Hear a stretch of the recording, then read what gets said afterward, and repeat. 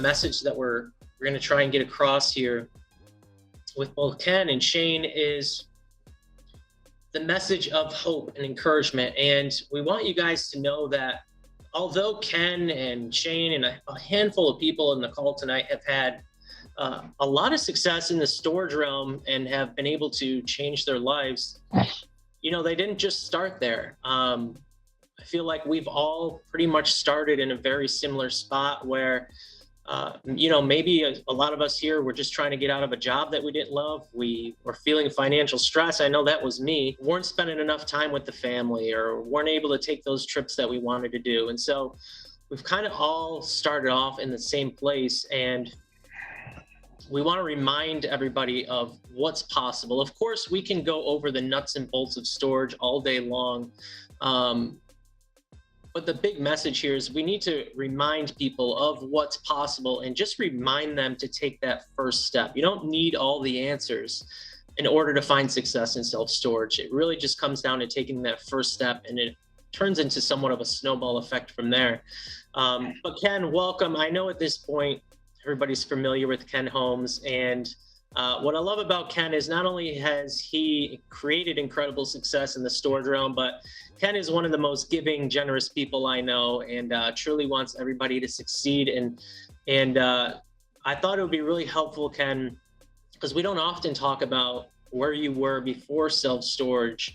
And I think it would be cool to chat a little bit more about that and kind of your journey into where you are today with this huge, nice sized portfolio that is going to be a tremendous blessing for you.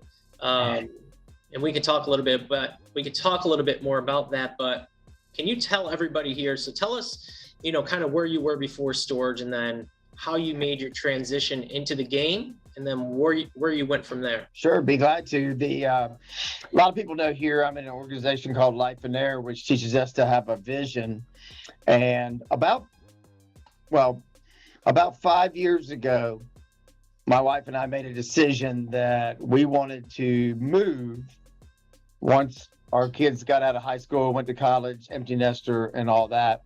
And at the time, and for the previous 20 years, I've done all kinds of things in real estate, but the main thing I've done over the years is flip houses. I've flipped 400 something houses over a long period of time.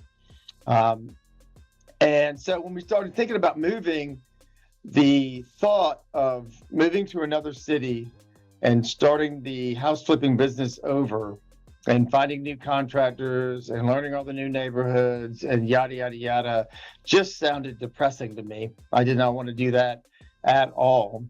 And so I wrote in my vision that I need to find some kind of new real estate business. And I wanted it to be location independent, so that when we moved, it didn't matter. It didn't affect my business at all. And I wanted it to be something that would be easy to systemize so that I could, work my way out of work. It was probably 4 or 5 months into having that in my vision and reading it every day that I kind of by happen chance stumbled into learning a little more about the storage industry, which I had actually checked out probably 15 years prior. And I'll call that BT, before technology. And the storage business was not attractive to me before technology. And so I basically became Mike's first student in the what was to yet be called the Storage Rebellion. And Mike, walked me through my first deal and got me going and all that. But that's what I wanted out of storage, was to be able to move, which we just did. We just moved to another city, and it did not affect my business or income at all. And so it was the perfect business for me. I remember when Mike first described it, he went on and on about how storage only has a 30% expense ratio and other real estate has a 40 or 45% expense ratio. And I was like, I don't care. Is it location independent?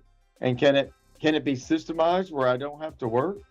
That's really those were the driving factors to me. I would have done it the other way around if the expense ratio was higher, knowing that I could just buy enough to where the expense ratio didn't matter.